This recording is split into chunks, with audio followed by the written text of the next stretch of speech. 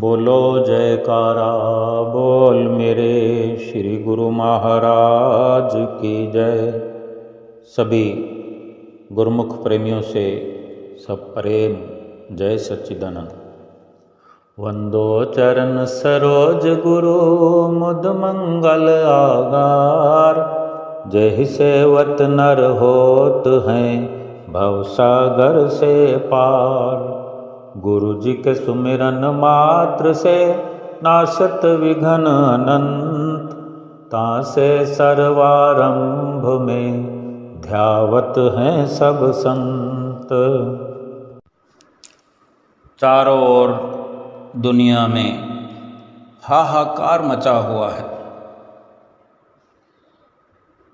सभी दुखी हैं, परेशान हैं, दुखों से इस प्रकार घिर गए हैं कि कुछ समझ नहीं पा रहे हैं कि आखिर ये हो क्या रहा है।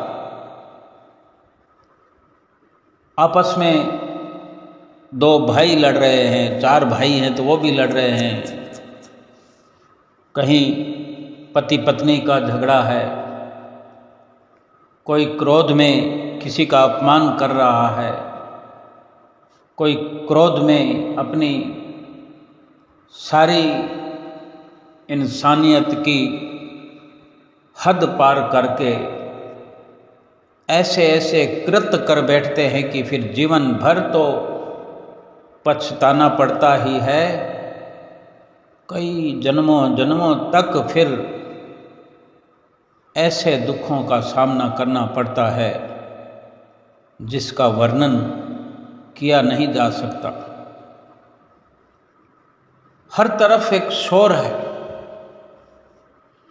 बेसब्री का जोर है। हम चाहते कुछ हैं, करते कुछ और है। इंसान सुखों का मूल मंत्र लेकर के, सुखों का ये खजाना, ये मनुष्य जीवन लेकर के आया है और दुख ही दुख पा रहा है। ये विडंबना कुदरत की कहें या अपने कर्मों को दोष दें या अपनी करनी को, इंसान खुद तो नहीं समझ पाता, लेकिन संतों ने समय समय पर इस धराधाम पर अवतार लेकर के हम जैसे भूले भटके जीवों का मार्गदर्शन किया है, कर रहे हैं।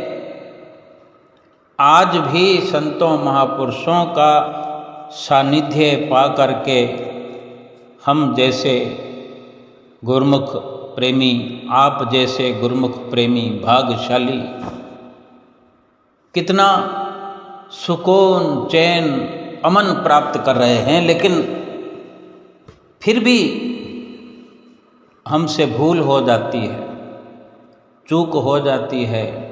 कभी हम क्रोध कर बैठते हैं, कभी काम के वशीभूत होकर, कभी लोभी बनकर, कभी अहंकार मन में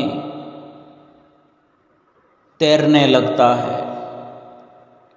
अहंकार के फुंवारे छूटने लगते हैं, अहंकार की किरणें हमारे पूरे शरीर से बाहर निकलने लगती है और मोह तो हम बेइंतहा करते हैं। सतगुरु हमें काम, क्रोध, लोभ, मोह, अहंकार इन सब से न्यारा कर देना चाहते हैं, दूर कर देना चाहते हैं, इसके असर से बचाना चाहते हैं, लेकिन फिर भी हम भूल चूक कर देते हैं। आम दुनिया का क्या हाल होगा, क्या हाल हो रहा होगा अगर हम दुनिया की ओर थोड़ा सा ज्ञान के नज़रिए से, विवेक के नज़रिए से विवेकी बन करके अगर देखने का प्रयास करें, देख पाएं, तो हम जान पाएंगे कि हम तो बड़े भाग्यशाली हैं, क्योंकि दुनिया में, संसार में तो चारों ओर त्राही त्राही मची हुई है। भली भांति हम जानते भी होंगे, ऐसी बात नहीं है, हम स्वयं इस दौर से कभी गुजरे होंगे। कई कई दुखों ने एक साथ हमको भी घेर लिया होगा, या आज भी हम घिरे हुए हैं दुखों से। तो ये कोई आश्चर्य नहीं है, लेकिन अगर हम दुखों में घिर जाते हैं तो हमें आश्चर्य लगता है कि ऐसा क्यों है। हमने तो कोई गुनाह नहीं किया, हमने तो कोई पाप नहीं किया, फिर हमारे साथ ऐसा क्यों हो रहा है? क्यों हमें दुखों के बवंडर से होकर के दुखों का इतना मुकाबला करना पड़ता है कि दुख छटने का नाम ही नहीं लेते।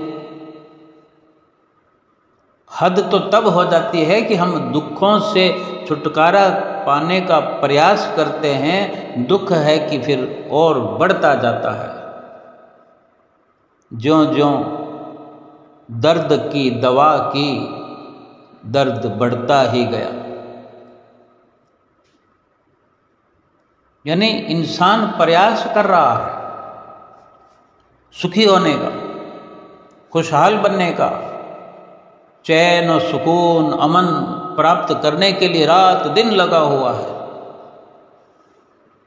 लवलीन है।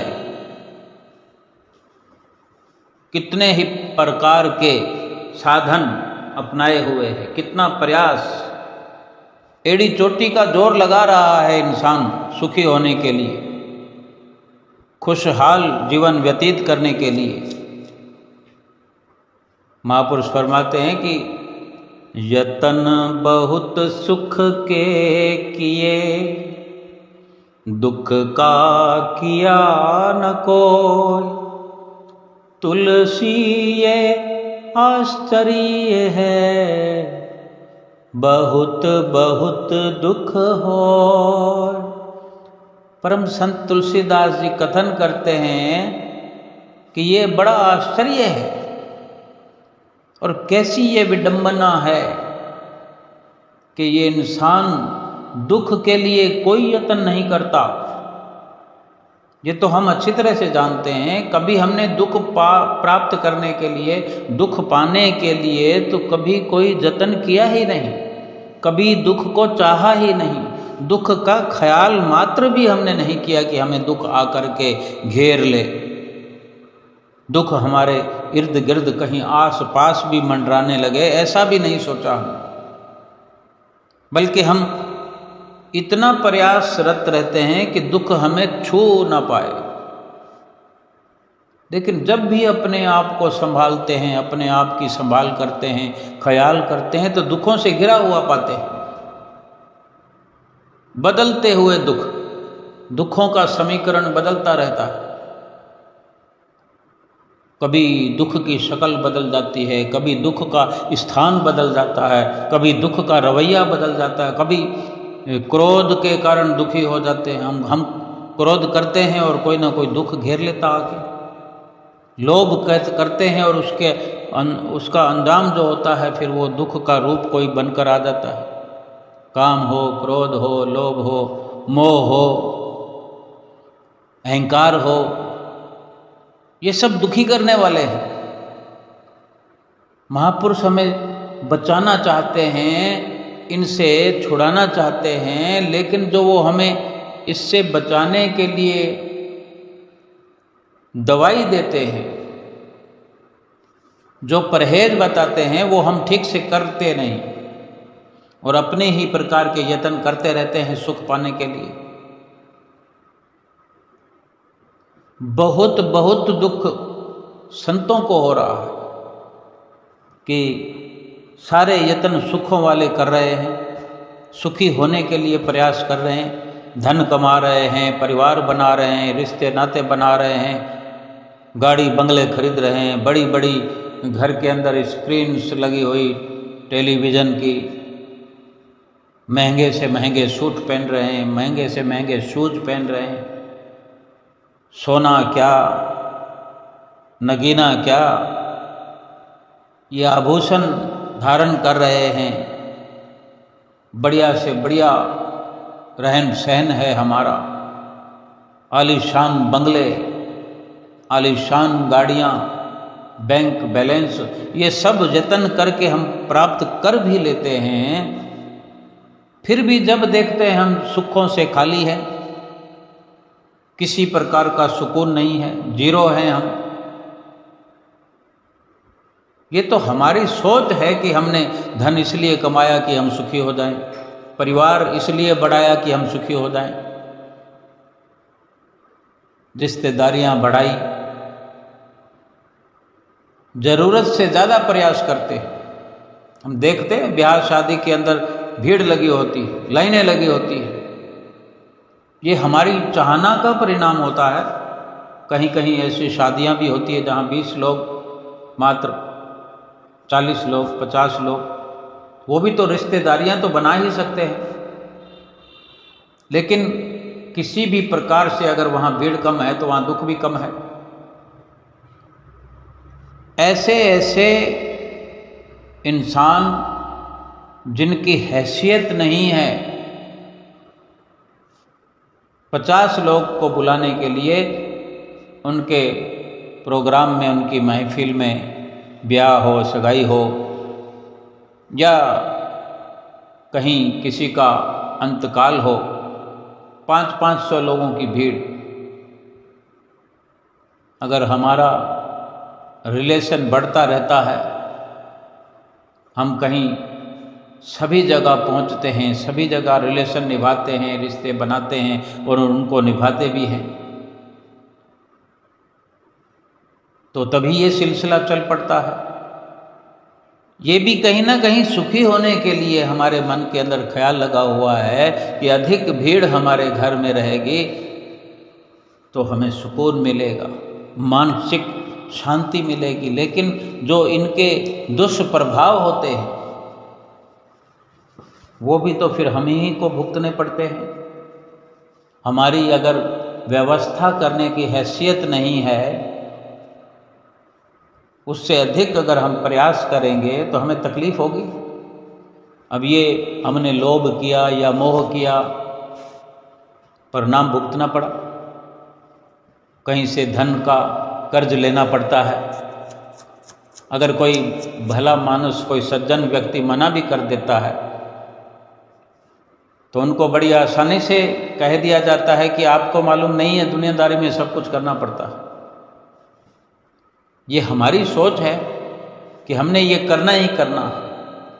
इसी प्रकार से ये एक उदाहरण है कि ये जितना भी हम बढ़ावा करते हैं, चाहे हैसियत हो या ना हो, लेकिन जो दुष्परिणाम हैं वो तो हम ही को भोगने पड़ेंगे। इतनी जो हम पहचान बनाते हैं, इतना धन पदार्थ में अपने आप को मुब्तला करते हैं, कभी ये विचार किया कि हमने ईश्वर के लिए भी बैठना है? जो आम इंसान की दशा है उसके लिए महापुरुष इतने चिंतित नहीं होते, लेकिन हम जैसे गुरुमुख प्रेमियों के लिए रात और दिन चिंता करते हैं, क्योंकि उन्होंने हमें अपना लिया है और हमने उन्हें नहीं अपनाया है, तभी तो दुखों के बवंडर में है। जब संतों महापुरुषों की संगत में बैठ करके उनकी शिक्षा पर चलते हैं, अमल करते हैं, तो सब कुछ ठीक होने लगता है। काम, क्रोध, लोभ, मोह, अहंकार, ये दुनियावी आडंबर, ये सब फीके होने लगते हैं। अपने आस पास बाहर क्या अंदर क्या एक सच्चाई का परचम लहराने लगता है कि जिस भीड़ ने छोड़ करके चले जाना है, जिन्होंने साथ छोड़ देना है, उस साथ के लिए इतना प्रयास करने की क्या जरूरत है। फिर वहाँ शिकवे शिकायत भी होती है। अगर कोई बीच राह में, हम किसी के घर शादी में जाते हैं, दूर का रिश्तेदार है या दोस्त है, मित्र है, कुर्बानी करके जाते हैं, अथक प्रयास करना पड़ता है, फिर भी हम जाते हैं। कहीं बाहर जाना हो तो भी प्रयास करते हैं किसी भी प्रकार से। लेकिन अगर उधर से कभी आने में कोई अचानक से भूल चूक हो जाए, फिर हमारे शिकवे शिकायतें और दुखी होने का भाव बन जाता है। इसी उधेड़ बुन में जीवन हमारा व्यतीत हो गया है, हो रहा है और होकर खत्म हो जाएगा। लेकिन सुख का मुंह देखने को नहीं मिलेगा। महापुरुष तो दुख इसीलिए मनाते हैं। तुलसीदास जी ने कहा कि तुलसी ये आश्चर्य है, बहुत बहुत दुख होए, कि सुख का जतन करते हुए बहुत बहुत दुख तुम्हें हो रहा है। ये संतों महापुरुषों को भी आश्चर्य होता है कि सीधी सीधी सी बात है कि कोई अगर सुख का यत्न करे तो सुख मिलना चाहिए, और दुख तभी मिलना चाहिए जब कोई दुख का यत्न करे। और महापुरुष ये भी निचोड़ निकालते हैं कि जो तुम सुख का जतन कर रहे हो वो सुख का जतन है नहीं, वो दुख का ही जतन है। लेकिन तुम समझे बैठे हो कि तुम सुख के लिए प्रयास कर रहे हो। हकीकत में वो दुखों का जतन है,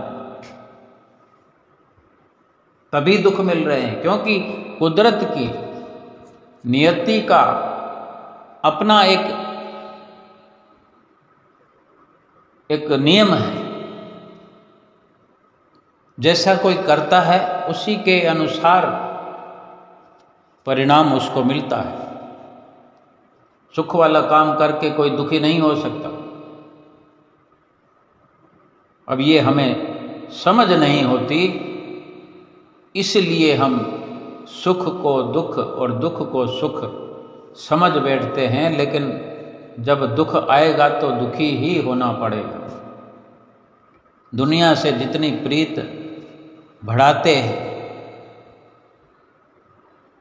उससे दुख होना है। दुनिया से प्रीत बढ़ाने के लिए इंसान इस दुनिया में नहीं आया।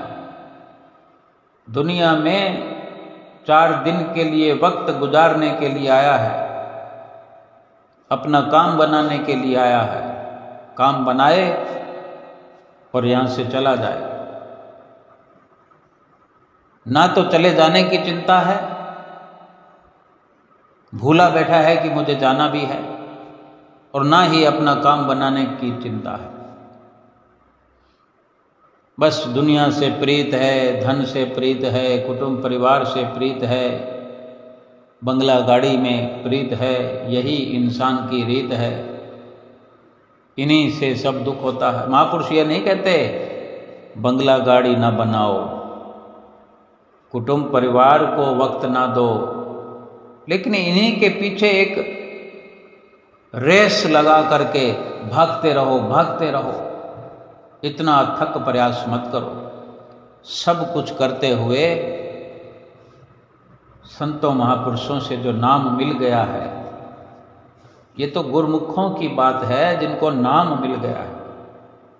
उनके लिए अधिक अफसोस महापुरुषों को होता है कि नाम की बख्शिश ही इसीलिए संत महापुरुष अपने शरण में आए हुए हम जैसे गुरुमुख प्रेमियों को करते हैं कि नाम की कमाई की जाए, नाम का अभ्यास किया जाए, भजन सुमरन किया जाए और संसार से अपनी प्रीत को धीरे धीरे धीरे कम करके हटा लिया जाए। संसार में रहते हुए जल में रहने वाले कमल की तरह रहने की जरूरत होती है कि उसी जल से ये कमल का फूल खुराक लेता है, उसी में उगता है, उसी जल से न्यारा बना रहता है। जल का असर कभी कमल के फूल पर नहीं होता। हर वक्त जल के अंदर रहने वाला कमल खुश्क रहता है।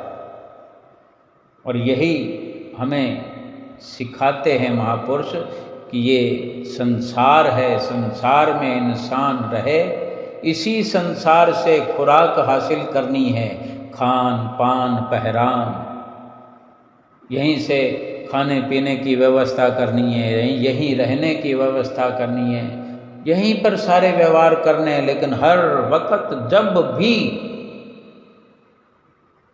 संसार से न्यारे बन करके रहें, कहीं से झलक भी ना पड़े कि हमारी सुरती संसार में फंसी हुई है। यानी संसारिक असर कभी हो ही ना। ये तो तभी हो सकता है कि हर वक्त हम ये ख्याल रखें कि हमें यहाँ से जाना है, हमारा तो समय हो गया है, समय होने वाला है, क्या पता किस वक्त बुलावा आ जाए।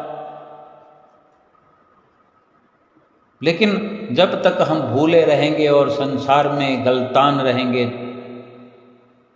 लिप्त रहेंगे संसार में कि हमें होश ही ना हो,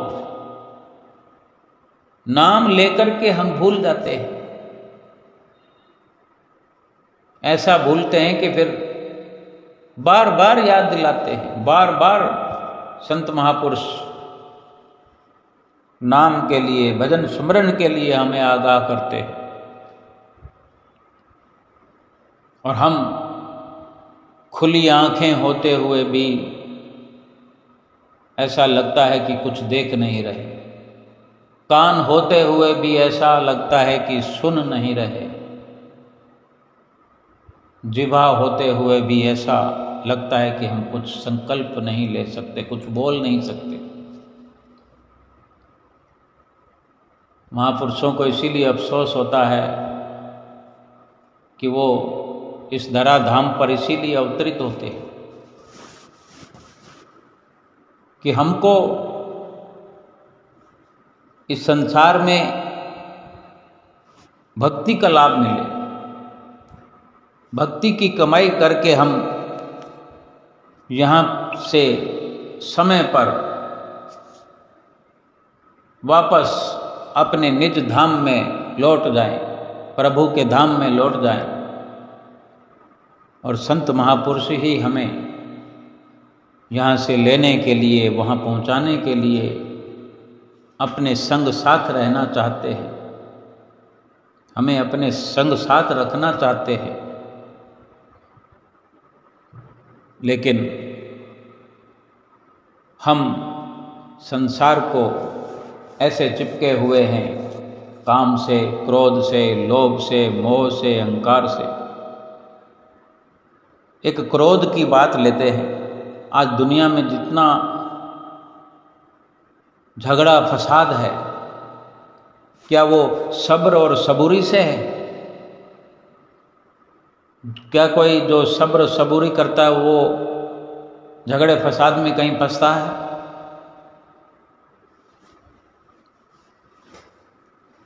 क्रोध के कारण अपनी जुबान पर अंकुश नहीं रख पाते, क्रोध के कारण किसी की बात को सुन नहीं पाते, बेसब्री से उल्टा सीधा जवाब दे सकते हैं। क्रोध के कारण गलत कदम उठा लेते हैं। देखते हैं आज रोज समाचार आते हैं, फलां व्यक्ति ने फंदा लगा लिया, फलां व्यक्ति ने पानी में छलांग लगा दी, और भी अनेकों ऐसे समाचार आते हैं। ये थोड़ी देर का क्रोध होता है, क्रोध पर अंकुश नहीं लगा पाते। संतों महापुरुषों ने तो सीधे सीधे सरल शब्दों में हमेशा हमेशा समझाया हमें कि इन पांचों काम, क्रोध, लोभ, मोह, अहंकारों पर अंकुश लगाने के लिए भजन सुमरन, 5 नियमों की पालना। 5 ही ये हमसे होने वाली गलतियां हैं। काम, क्रोध, लोभ, मोह, अहंकार ये चोर हैं कि हम गलती करते हैं, इनमें फंस जाते हैं, इनके शिकंजे में आते हैं, इन चोरों से, ठगों से लूटे जाते हैं। एक चोर वो होते हैं जो बाहरी तौर पर बाहरी संपदाओं को निशाना बनाते हैं, इंसान की माल मिल्कियत पर डाका डालते हैं, लूट कर ले जाते हैं। ये चोर अंदर बैठे हुए हैं कि जो भजन भक्ति हम करें उसका लूटने का प्रयास करते रहते हैं। बड़े से बड़े भक्तिवान को भी डर लगा रहता है।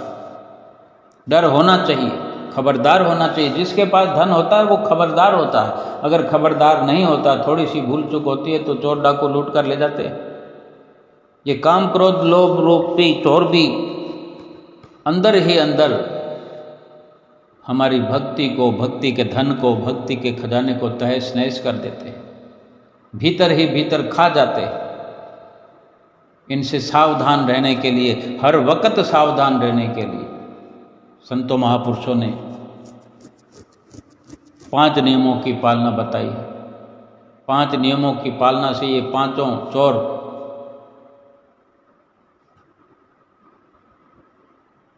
हम पर अपना दबदबा नहीं बना सकते, अपना शिकंजा नहीं कर सकते। और 2 घंटे भजन सुमरन नित्य प्रति करने से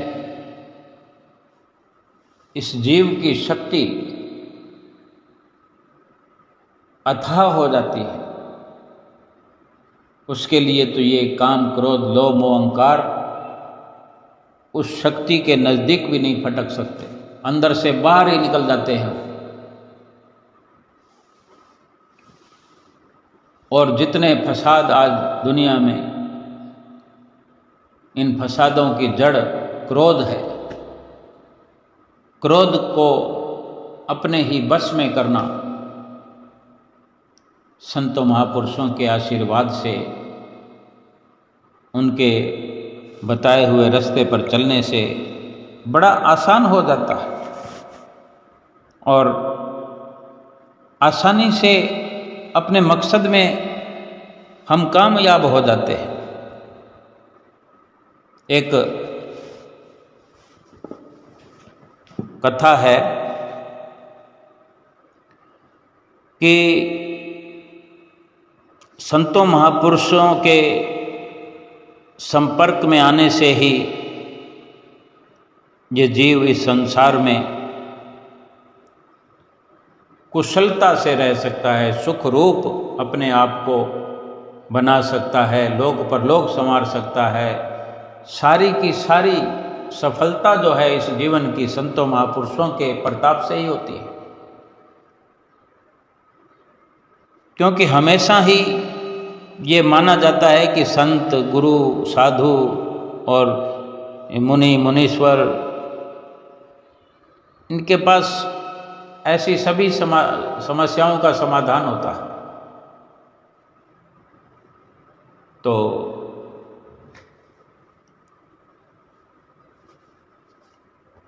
ये भी कह सकते हैं कि इस दुनिया में साधु, संत और मुनि, मुनीश्वर ये एकमात्र हर समस्या की चाबी माने जाते हैं, या यूं कहें कि इनके पास वो चाबी है, वो कुंजी है। और ये पूर्ण तौर पर एक सच्चाई है कि इन्हीं के पास सुख है, शांति है। मन को शांति प्राप्त हमारे होती है तो संतों महापुरुषों की शरण में जाने से, अमल करने से फिर वो शांति डेरा लगा लेती है हमारे हृदय के अंदर, हमारे भीतर। क्योंकि संतों महापुरुषों के सुंदर सुंदर बोल ज्ञान बढ़ाने के लिए, उन सुंदर सुंदर शब्दों पर अमल करके अपने ज्ञान को सकारात्मक करने के लिए हमारे कानों में जो संतों महापुरुषों के शब्द पढ़ते हैं, ये हमारे अंदर गहराई तक जा कर के आत्मा में सुकून पैदा करते हैं, आत्मा को ठंडक पहुंचाते हैं। और ये जो कथा कहानियाँ हम सुनते हैं, ये एक माध्यम, एक उदाहरण पेश करते हैं कि किसी प्रकार से हमें समझ आए। ये संत महापुरुष प्रयास करते हैं हमें सुखी बनाने के लिए। एक सेठ अपनी दुकान पर बैठे थे। सेठ सेठों की तरह बैठे रहते हैं दुकान पर। जब कोई ग्राहक नहीं होता तो सुस्ताने लगते हैं, नींद आने लगती है। दोपहर का समय था, कोई ग्राहक था नहीं तो थोड़ा सुस्ताने लगे, नींद जैसे आने लगी। तो इतने में एक कोई संत, पुराने समय में जैसे भिक्षाटन के लिए संत एक जगह से दूसरी जगह जाया करते थे, उनके गुजर बसर का यही साधन होता था कि जो भी भिक्षा में मिलता वही ग्रहण किया करते थे। तो एक संत भिक्षा लेने के लिए दुकान पर आप पहुँचे और सेठ जी को आवाज़ लगाई, भाई कुछ दे दो। तो सेठ जी ने देखा भाई क्या पता कौन आ गया, क्योंकि आंख लग गई थी। देखा उठकर तो एक संत जी आए हुए हैं और कुछ देने के लिए कह रहे हैं। वो सेठ भी बड़ा दयालु था, तुरंत उठा और उनको कुछ देने के लिए एक कटोरा चावल बोरी में से निकाला। किराना की जो दुकान थी, तो कटोरा चावल निकालकर संतों को दे दिया। और संत जी ने भी सेठ जी को बहुत बहुत आशीर्वाद दिया। तो सेठ जी ने संत जी से हाथ जोड़कर बड़े ही विनम्र भाव से कहा कि हे प्रभु, आपको प्रणाम है मेरा। मैं आपसे एक शंका का समाधान पूछना चाहता हूँ। मेरे मन में एक शंका है, उसका समाधान कर दीजिए। तो संत जी ने कहा कि ठीक है, अपनी शंका बताओ, क्या पूछना चाहते हो। तो सेठ जी ने कहा कि लोग आपस में लड़ते क्यों हैं। अब कैसा कैसा सवाल पूछते हैं लोग।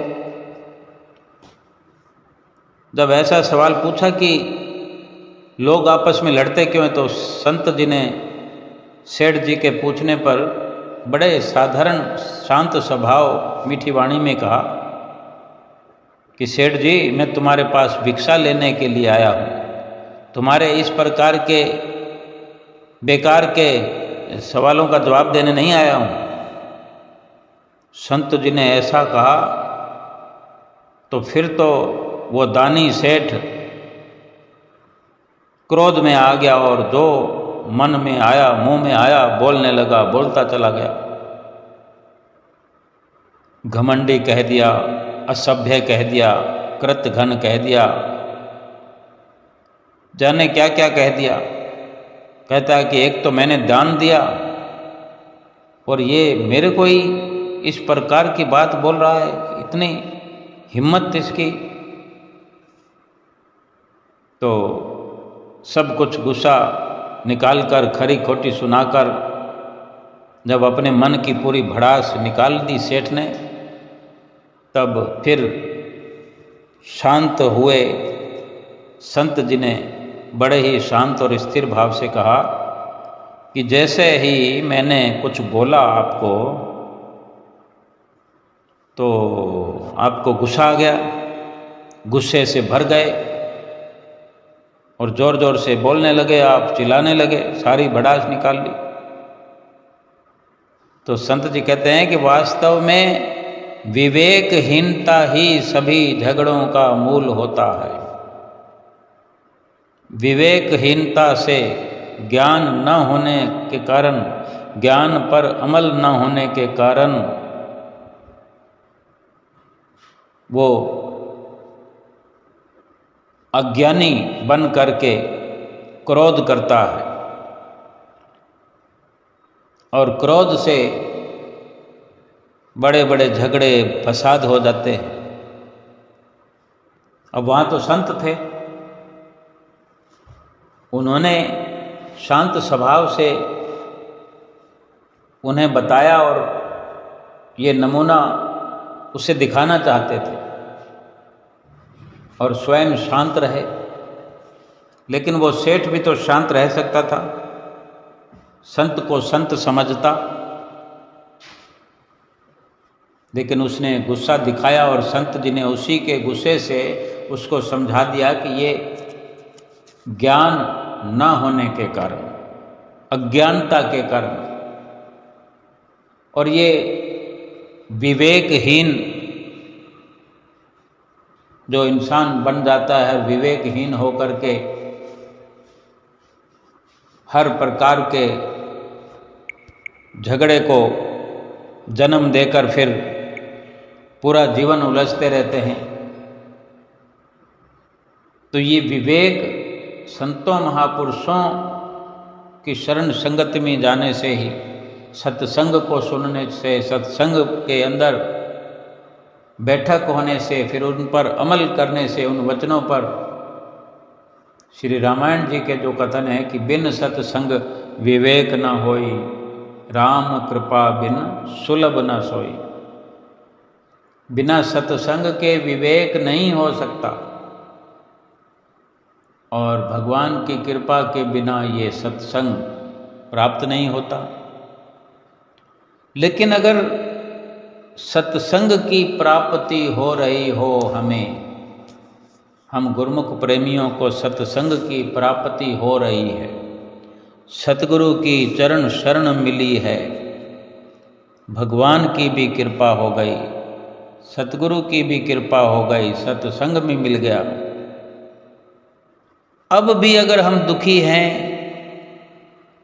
कोई झगड़ा बखेड़ा हमारे जीवन में चल रहा है, कोई वाद विवाद है, कोई समस्या है, तो महापुरुषों को अफसोस होना लाजमी है कि जिस नाम को सुमरने से, जिस नाम का सुमरण करने से, भजन अभ्यास करने से सारे दुख मिट सकते हैं, हम इस मनुष्य जन्म में सतगुरु की शरण लेकर ऐसी करनी कर सकते हैं जिससे हम सदा सदा के लिए अलग अलग योनियों में, अलग अलग जन्मों में जाने से मुक्त हो सकते। इतना बड़ा दुख हमारा मिट सकता है। लेकिन हम संसार के अंदर थोड़े थोड़े दुखों में, झगड़ों में, फसादों में घिरे हुए, बड़े दुख को कब मिटाएंगे जब छोटे छोटे झगड़े हम नहीं मिटा सकते। क्यों ना हम संतों महापुरुषों के वचनों पर चलें, जब महापुरुष हमें बार बार फरमाते हैं कि ये नाम का जो सुमरन है, ये जो नाम है, ये सभी रोगों की, सभी झगड़े फसादों की, हर प्रकार की मुसीबतों की दवा है। तो कितनी सस्ती है, सहज में सतगुरु ने दयालुता करके हमें ये अवसर बख्श दिया है। हम तो ऐसी करनी कर सकते हैं, लेकिन हम केवल कथनी में पड़े हुए हैं। ऐसी करनी कर सकते हैं, ऐसा अनुभव अपने अंदर कर सकते हैं कि जिससे हम हमेशा के लिए मुक्त हो जाएं। आज ये हमारा मनुष्य जन्म करोड़ों अरबों के जो हीरे होते हैं, अनमोल से अनमोल हीरे होते हैं, कोई संसार का अनमोल से अनमोल हीरा भी अगर लेकर के उसकी कीमत को आंक लिया जाए,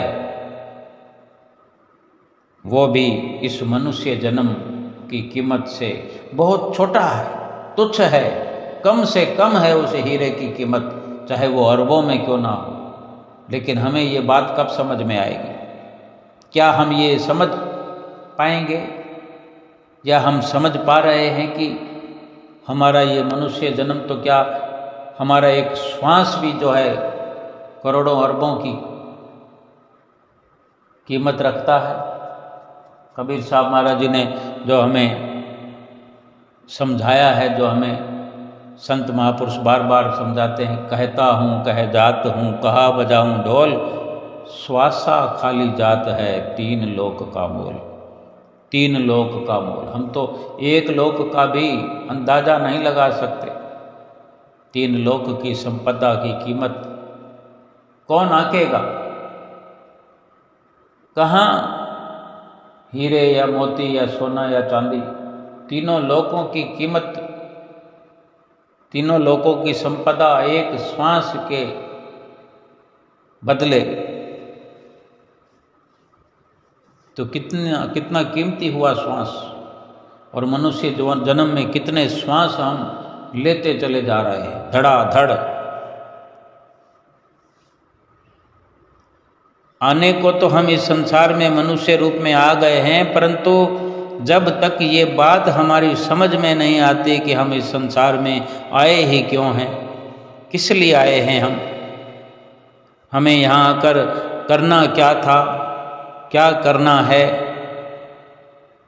जब तक ये समझ में नहीं आता तब तक हम इंसानों और जानवरों में कोई फर्क नहीं है। हमें मनुष्य जन्म के मूल उद्देश्य को समझना है कि इस मनुष्य जीवन का असल लाभ क्या है, असल मकसद क्या है। कौन बताएगा? जिसको कहो, अनेक ऐसे प्राणी मात्र के जवाब होते हैं कि कोई जरूरी थोड़ी है कि हम बैठे रहें घंटों के घंटे, बस मत्था टेक लिया, चरनामत पी लिया, हो गया। क्या सारा दिन यही काम करते रहे? क्योंकि कुछ ऐसे नियम हैं हमारे श्री दरबार के, तभी तो ये आला दरबार है, आलीशान दरबार है, इतनी ऊंची शान है, निराली शान है। 5 नियम निर्धारित किए हुए हैं, हर नियम की एक अपनी गरिमा है, हर नियम का एक अनुशासन है। सीधी सी बात है, ये कोई मन मर्जी का तो खेल है नहीं। मन मर्जी से ऊपर उठना है, मन मर्जी का ही तो ये दुख है। ये संसार मन की मर्जी पर चल रहा है, मन मुरीद ये संसार है। सारा संसार मन का मुरीद है, नौकर है, गुलाम है मन का। गुरु मुरीद कोई साध, कोई साध ही, कोई सज्जन ही सतगुरु का मुरीद बनता है, जिसे गुरमुख कहते हैं। बिरले बिरले गुरमुख आप जैसे कि कितनी गुरुमुख प्रेमियों को सुबह से यही ख्याल होता है कि मैं सुबह उठकर पहले अपने सतगुरु का मत्था टेकूं, सतगुरु को एक बार देखूं। क्या देखा हुआ नहीं है हमें? स्वरूप में दर्शन करते हैं हम अपने घर में। सुबह सवेरे उठ करके पहला काम यही करते हैं, श्री गुरु महाराज जी को उठाने जाते हैं, उनको स्नान कराते हैं, माथा टेकते हैं। ये एक अनमोल खजाना सुबह सवेरे ही हम प्राप्त कर लेते हैं। अगर हमारा भाव सच्चा है, हमारा प्रेम सच्चा है, विशुद्ध प्रेम है, हार्दिक प्रेम है, ये केवल किसी को दिखाने के लिए नहीं, दिल की गहराइयों से ये सब हम करते हैं। सत्संग सुनने की चाव होती है, सत्संग सुनते हैं, दिन में कई कई बार सुनते हैं। क्या पता किस शब्द पर कब रोशनी पड़ जाए, कौन से शब्द पर कब हमारा चित्त आकर के रुक जाए और प्रकाश हो जाए। एक एक शब्द सतगुरु का जो है प्रकाश रूप है। सतगुरु के वचनों की रोशनी में अगर हम चलते चले जाएंगे, सतगुरु के वचनों की रोशनी के नीचे उनकी छत्र छाया में फूंक फूंक करके हम कदम रख करके अगर जीवन व्यतीत करेंगे तो पल पल में सुख की बौछार होती रहेगी। सुख क्या है? सुख धन में नहीं है, सुख सुंदरता में नहीं है, सुख महल माड़ियों में नहीं है। सुख तो अपने अंदर है। सुख सतगुरु के ध्यान में है। सुख सतगुरु के वचनों पर चलने में है। सुख शब्द के साथ जुड़ने में है। जो नाम सतगुरु ने हमें दिया है, जो शब्द हमें मिला है, उस शब्द के साथ जुड़ जाएं। उस शब्द का भीतर ही भीतर सुरत से जुड़ करके श्वास श्वास सुमरन होता रहे, फिर तो सुख ही सुख हमारे भीतर ऐसा हो जाएगा कि संसार से तो प्रीति ही हट जाएगी। और यूं कोई सीधे सीधे संसार से प्रीत हटाना चाहे तो हट नहीं सकती, और संसार से प्रीत लगी रही तो फिर सुख की कोई एक घड़ी भी नसीब हो नहीं सकती। कोई क्रोध से परेशान है, कोई काम से परेशान है, कोई लोभ के वशीभूत है, कोई मोह के कारण दुखी है, कोई अहंकार में फंसा हुआ है। कुछ साथ ले जाना नहीं, कुछ ले जाने की छूट नहीं, एक सुई भी अपने साथ नहीं ले जा सकते। क्यों इन सब के पीछे हम रात और दिन इकट्ठा करने में लगे हुए? हमारे बुजुर्ग इकट्ठा किया हुआ छोड़ गए, हम भी इकट्ठा किया हुआ छोड़ जाएंगे। धन बैंकों में पड़ा रहेगा, धन अलमारियों में लॉकरों में पड़ा रहेगा, ढेरों ढेर कपड़ों की भरी हुई अलमारियां यहीं पड़ी रहेगी। खान पान पकवान सब के सब यहीं धरे रह जाएंगे। सुखों के सब सामान जो हम अपने अक्ल और बुद्धि से एकत्र किए सब यहीं धरे रह जाएंगे। ना तो जीवन भर हम सुख पा सकते हैं और ना ही बाद मरने के हमारी जीवात्मा सुख पा सकती है। फिर निम्न स्तर की योनियों में अगर जाना पड़ गया, 84 लाख योनियों में जीवन मिला, शरीर मिला, फिर क्या सुख पाया? ऐसा अहिला जन्म, आला जन्म हम ही ने अपने ही हाथों पैरों से रौंद दिया। ऐसे अवसर को हमने मिटा दिया, नामो निशान मिटा दिया। कौन दुखी होएगा? हम ही को फिर भुगतना पड़ेगा। आज भुगत रहे, गरीब भुगत रहा है, अमीर भुगत रहा है, राजा रंक सब भुगत रहे हैं। करोड़पति हो, अरबपति हो, सभी दुखों के बवंडर में घिरे हुए। गुरुमुख प्रेमियों को संतों महापुरुषों की शरण मिल गई और उनके वचनों पर चल करके जो प्रयास कर रहे हैं वो सुखी हैं। वो इसी प्रकार सुखी होते चले जाएंगे। नाम का अभ्यास जितना करते जाएं, कोई संशय न करें।